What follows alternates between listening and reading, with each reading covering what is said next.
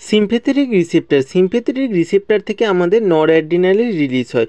নর অ্যাড্রিনালিন আর অ্যাড্রিনালিন দুটো জিনিস আমাদের রিসেপ্টর থেকে রিলিজ হয়। আমাদের নর অ্যাড্রিনালিন হচ্ছে ডাইরেক্ট নিউরোট্রান্সমিটার, আর অ্যাড্রিনালিন কি আমাদের অ্যাড্রিনাল গ্ল্যান্ড থেকে রিলিজ হয়। এবার সেইটি রিসেপ্টরটা কি, তারপর তারা এফেক্ট দেখায়। এখানে সিম্প্যাথেটিকের আলফা রিসেপ্টর আছে আর বিটা রিসেপ্টর আছে। আলফার মধ্যে আলফা 1 আলফা 2 আছে, বিটার মধ্যে বিটা 1 বিটা 2 বিটা 3 আছে। এবার আলফা ওয়ানে গিয়ে আমাদের নর অ্যাড্রিনালিন বলো বা অ্যাড্রিনালিন বলো যদি বাইন্ড হয়, এখানে কি এফেক্ট দেখা যায়। আলফা ওয়ানে IP3 ড্যাক প্যাথওয়ে চলে। IP3 ড্যাক প্যাথওয়ে মানে এখানে আমাদের কনস্ট্রিকশন হবে, ক্যালসিয়ামের ইনডিউস ঘটে। আমাদের হার্টে আলফা 1 রিসেপ্টর প্রেজেন্ট থাকে, হার্ট রেট বাড়বে। ব্লাড ভেসেলে প্রেজেন্ট থাকে, ব্লাড বিপি বাড়বে। আমাদের চোখের রেডিয়াল মাসেলের কনস্ট্রিকশন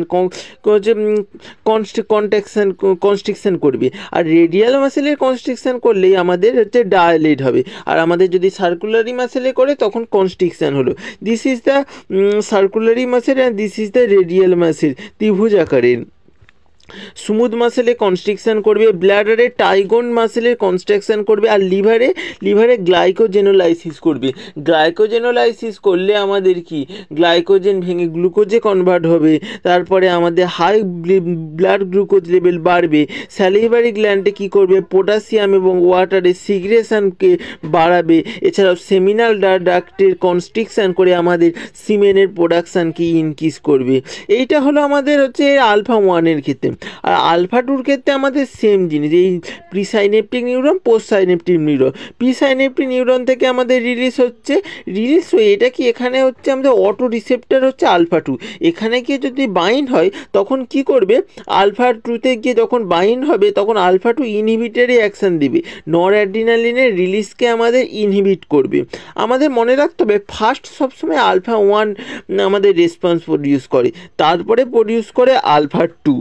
তারপরে এখানে কি করবে, আলফা 2-তে আমাদের ক্যাম্প প্যাথওয়ে ইনভলভ থাকে, আর ক্যাম্প প্যাথওয়ের মধ্যে জিএস আর জিআই থাকে। জিএস যদি ফলো করে তখন আমাদের হচ্ছে কন্ট্রাকশন দেখা যায়, কিন্তু এক্ষেত্রে জিআই ফলো করে। জিআই মানে আমাদের ইনহিবিটরি এফেক্ট দেখা যাবে।